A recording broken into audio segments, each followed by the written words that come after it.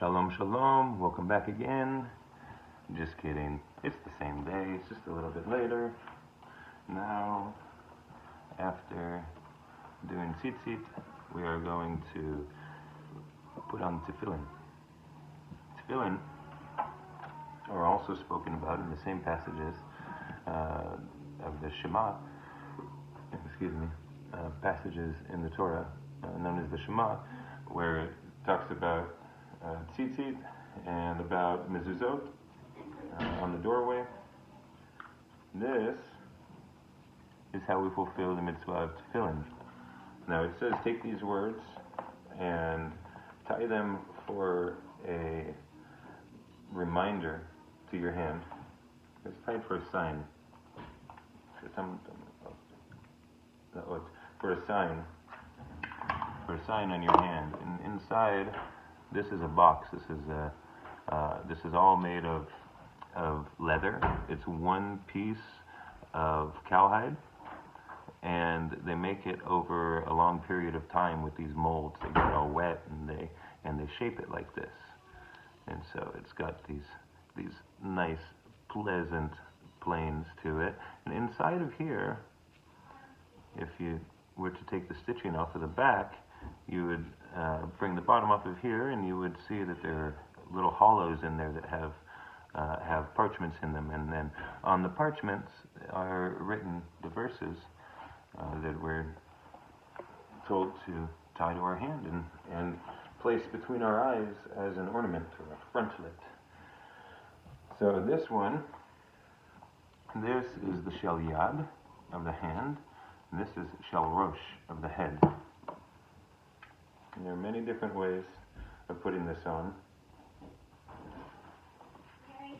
but they all have it being up here on the upper arm, about 2 fingers above your elbow, the knob of the elbow right there. And then, in the method that I use, it comes around like this, once, twice. That makes the letter shin. And then we're going to go 7 times around the arm until we reach to the hand. And we're going to go down around the hand a little bit. I will demonstrate. 1, 2, 3, 4, 5, 6, 7.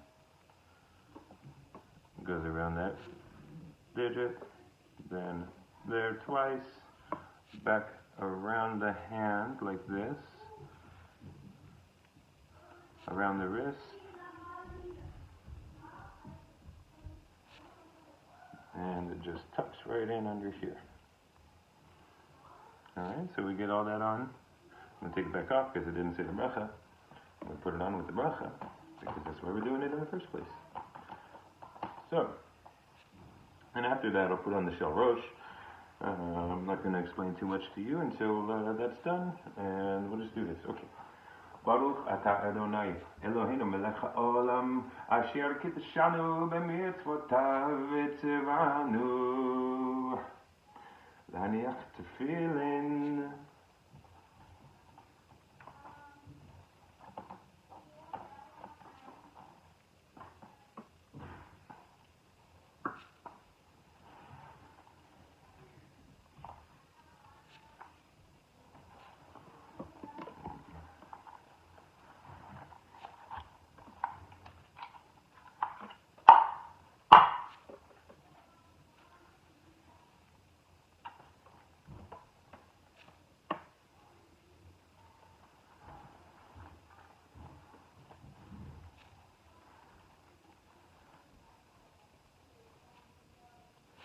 Okay, so some will say you should take the kippah off first and put it back on over, but it won't sit right on here if I do that, and so I don't do it like that. Do like me or do like other, I don't care. Oh, we didn't finish up. So that presents us with a golden opportunity to talk about this. If you should happen to talk while in the process of performing a mitzvah, then you have interrupted your flow of kavanah, intention, to that mitzvah. and you have interrupted it by, talking about whatever else it was, even if it's just to say hi to somebody. You took your intention, and you shifted it. So to bring the intention back to the act that we are performing, there's another little mini bracha that we can do, and then finish off the tying. Baruch atah Adonai Eloheinu melech haolam asher kidshanu b'mitzvotav v'tzivanu al mitzvat tefillin.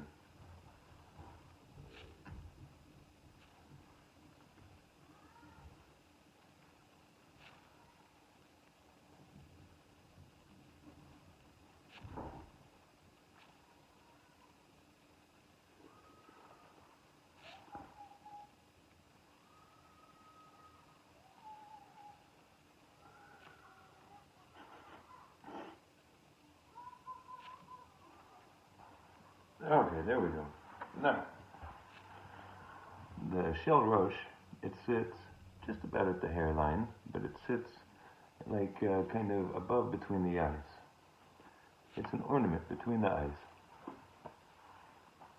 Sometimes I've thought of it as being like what's called the third eye, like it's giving these parchments and these words the holiness of the Torah, giving it right here so that light can shine in through it, filter through it, and it can shine out from it through the third eye guy. Okay, so anything else to say about tefillin, Jens? This, some people call it taking your Jewish blood pressure. It's an interesting feeling, and every morning that's not a holiday or Shabbat, every morning laying tefillin, it is like a marriage ceremony, like being wed to God. It's pretty cool. It's not for everybody. Oh, in your Christian Bibles, in your Christian scriptures, this is often called phylacteries, and what's said about it is that the pompous Pharisees who were trying to show everybody just how pious they were, just how much of tzaddikim they were, which if anybody tells you, hey, I'm a tzaddik, they're probably not a tzaddik. A tzaddik is a righteous one, or saint. It's not usually the type of thing that a tzaddik says. Oh, hey, I'm a tzaddik. Like somebody's saying, oh, I've got an old soul. Well, do you really? If you're going around telling people instead of them telling you, do you really? Or, oh, I'm so woke. That is like the least woke thing that a person could say. And then judging the person on saying that. Good job, Jens. So, yeah. I have nothing else to say on this subject. I think I may have missed a little part. The reason we put this on the inside of the arm is so that it is closest to the heart as it can be. And in here are those passages. I think, if I remember correctly, there are 3 little parchments in here, and there are 4 little parchments in here. But I'm not totally positive on that.